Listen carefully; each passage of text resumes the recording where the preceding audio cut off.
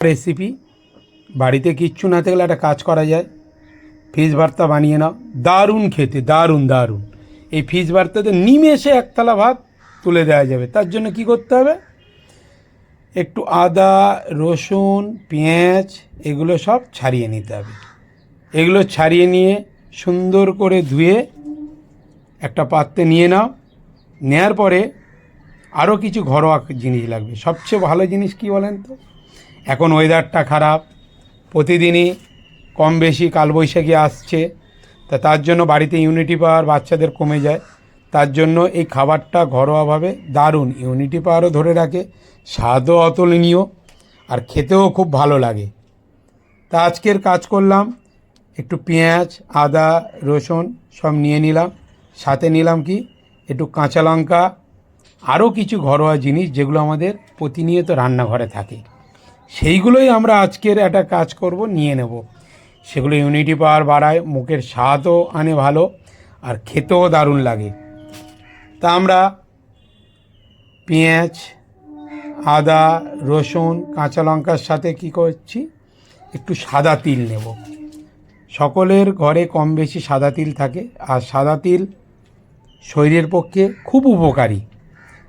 একটু সাদা তিল নিয়ে নিলাম।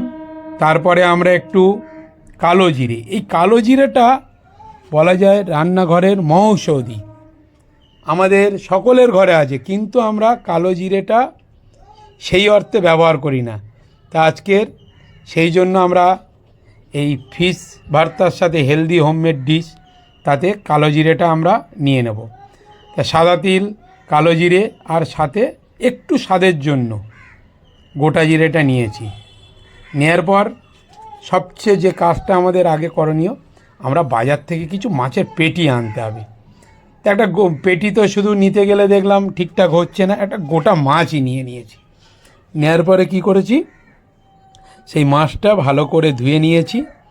ধুয়ে নিয়ে হলুদ, নুন সুন্দর করে মাখিয়ে এইবার মাছের পেটি কটা আমরা ভেজে নিচ্ছি।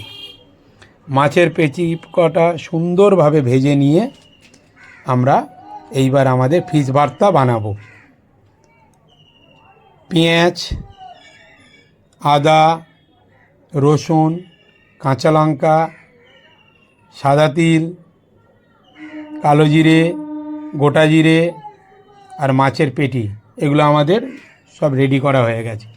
এইবারে যেটা আমাদের সবচেয়ে করণীয় কাজ, একটু কড়াতে তেল নিতে হবে। তেলটা উষম গরম হয়ে গেলেই কালো জিরেটা আমরা দিয়ে দেব। কালো জিরে সাথে গোটা জিরে, কাঁচা লঙ্কা, পেঁয়াজ, আদা, রসুন সব কিছু দিয়ে মাছের পেটিটা সুন্দর করে কাঁটাগুলো ছাড়িয়ে নিতে হবে।